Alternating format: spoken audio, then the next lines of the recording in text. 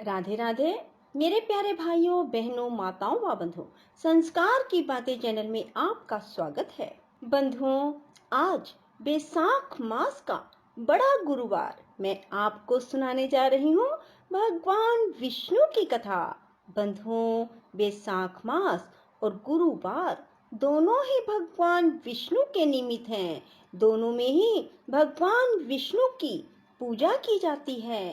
बंधुओं, कहा जाता है जिन बच्चों की शादी नहीं हो रही वे गुरुवार के व्रत करें और केले के पेड़ की पूजा करें तो उनकी शादी शीघ्र हो जाती है।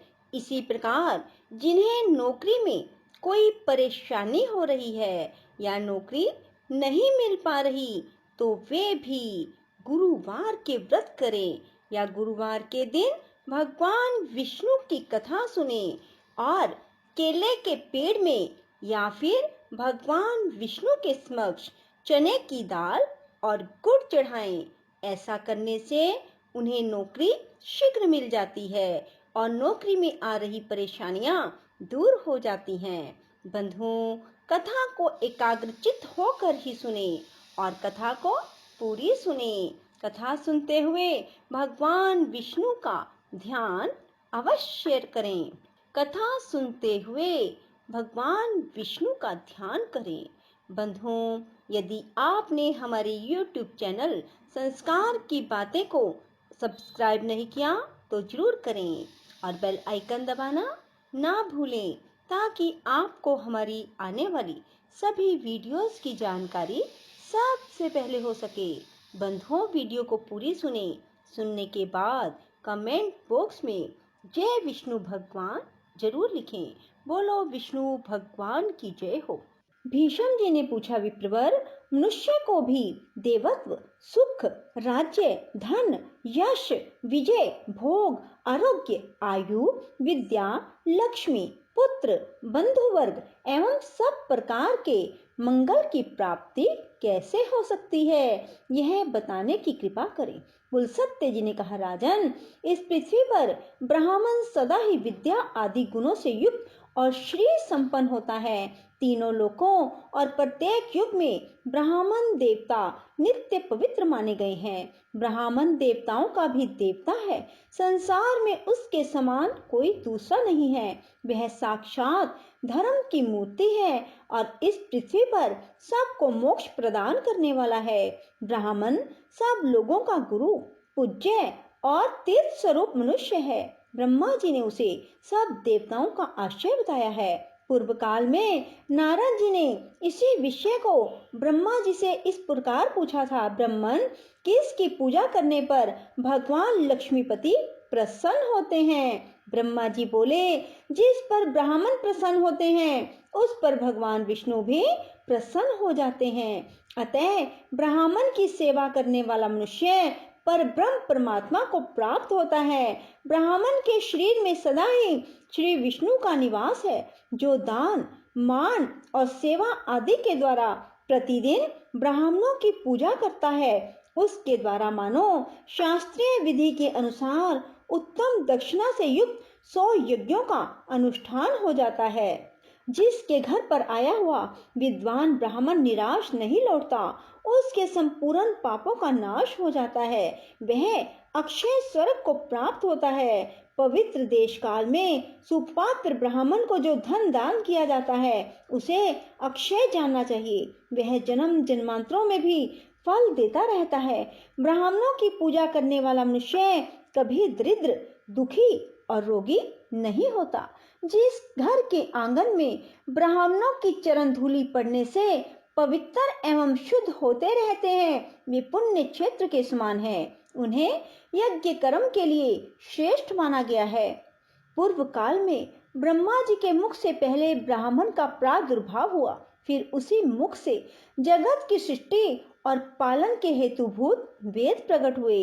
विधाता ने समस्त लोकों की पूजा ग्रहण करने के लिए, समस्त यज्ञों के अनुष्ठान के लिए ब्राह्मण के ही मुख में वेदों को समर्पित किया। पितृयज्ञ, विवाह, अग्निहोत्र, शांति कर्म, सब प्रकार के मांगलिक कार्यों में ब्राह्मण सदा उत्तम माने गए हैं। ब्राह्मण के ही मुख से देवता हव्य का और पितर कव्य का उपभोग करते हैं। ब्राह्मण के बिना दान, होम और बलि सब निष्फल होते हैं। जहाँ ब्राह्मणों को भोजन नहीं दिया जाता, वहाँ असुर, प्रेत, दैत्य और राक्षस भोजन करते हैं। दान, होम आदि में ब्राह्मण को बुलाकर उन्हीं से सब कर्म कराना चाहिए। उत्तम देश काल में उत्तम पात्र को दिया हुआ दान लाख गुना अधिक फलदायक होता है। ब्राह्मण को देखकर श्रद्धा पूर्वक उसको प्रणाम करना चाहिए। उसके आशीर्वाद से मनुष्य की आयु बढ़ती है, वह चिरंजीवी होता है। ब्राह्मण को देखकर उसे प्रणाम न करने से, ब्राह्मण के साथ द्वेष रखने से, उसके प्रति अश्रद्धा करने से मनुष्यों की आयु क्षीण हो जाती है। उनके धन ऐश्वर्य का नाश होता है, परलोक में उनकी दुर्गति होती है। ब्राह्मण का पूजन करने से आयु, यश, विद्या और धन की वृद्धि होती है तथा मनुष्य श्रेष्ठ दशा को प्राप्त होता है। इसमें तनिक भी संदेह नहीं है। जिन घरों में ब्राह्मण के चरणोदक से कीच नहीं होती, जहाँ वेद और शास्त्रों की ध्वनि नहीं सुनाई देती, जो यज्ञ, तर्पण और ब्राह्मणों के आशीर्वाद से वंचित रहते हैं, वे शमशान के समान हैं। नारद जी ने पूछा, पिताजी, कौन ब्राह्मण अत्यंत पूजनीय है? ब्राह्मण और गुरु के लक्षण का यथावत वर्णन कीजिए। ब्रह्मा जी ने कहा, वत्स, श्रोत्रिय और सदाचारी ब्राह्मण की नित्य पूजा करनी चाहिए। जो उत्तम व्रत का पालन करने वाला और पापों से मुक्त है, वह मनुष्य तीर्थ स्वरूप है। उत्तम श्रोत्रिय कुल में उत्पन्न होकर भी जो वैदिक कर्मों का अनुष्ठान नहीं करता, वह पूजित नहीं होता। असत क्षेत्र मात्र कुल में जन्म लेकर भी जो वेद अनुकूल कर्म करता है, वह पूजा के योग्य है। जैसे महर्षि वेद व्यास और ऋष्यसिंह, विश्वामित्र यद्यपि क्षत्रिय कुल में उत्पन्न है, तथापि अपने सत्कर्मों के कारण वे समान हैं। इसलिए बेटा, तुम पृथ्वी के तीर्थ स्वरूप श्रोत्रिय और ब्राह्मण के लक्षणों को सुनो। इनके सुनने से सब पापों का नाश होता है। ब्राह्मण के बालक को जन्म से ब्राह्मण समझना चाहिए। संस्कारों से उसकी द्विज संज्ञा होती है।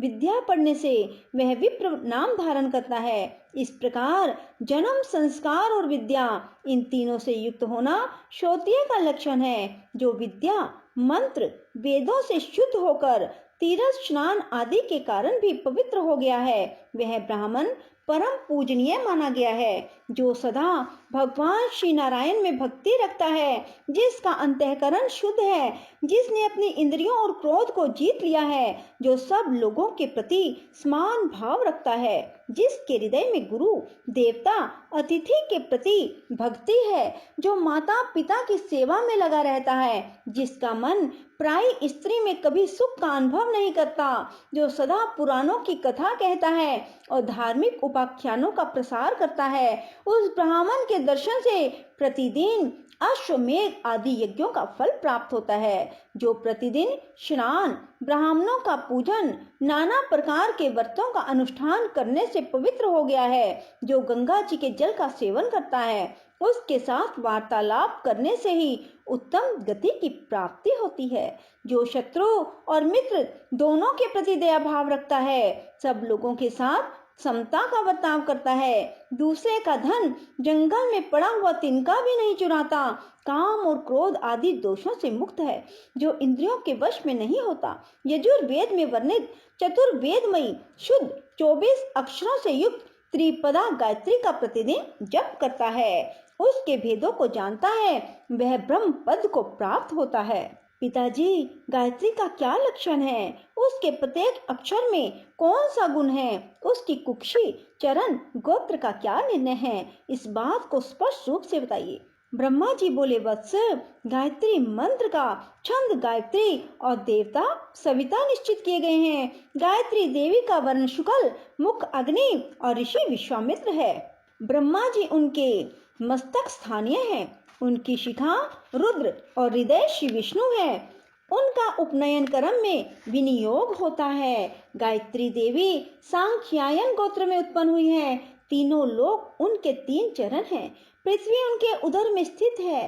पैर से लेकर मस्तक तक शरीर के 24 स्थानों में गायत्री के 24 अक्षरों का न्यास करके द्विज ब्रह्मलोक को प्राप्त होता है। प्रत्येक अक्षर के देवता का ज्ञान प्राप्त करने से विष्णु का सायुज्य मिलता है। अब मैं गायत्री का दूसरा निश्चित लक्षण बताता हूँ। वह 18 अक्षरों का यजुर मंत्र है। अग्नि शब्द से उसका आरंभ होता है, स्वाहा से हकार पर उसकी समाप्ति। जल में खड़ा होकर इस मंत्र का 100 बार जप करना चाहिए। इससे करोड़ों पातक और उपपातक नष्ट हो जाते हैं। जप करने वाला पुरुष ब्रह्म हत्या आदि पापों से मुक्त होकर मेरे लोक को प्राप्त होता है। बोलो विष्णु भगवान की जय हो। राधे राधे। जय श्री कृष्णा। बंधुओं, यदि आपको हमारी वीडियो पसंद आए तो इसे लाइक करें और शेयर भी जरूर करें। धन्यवाद।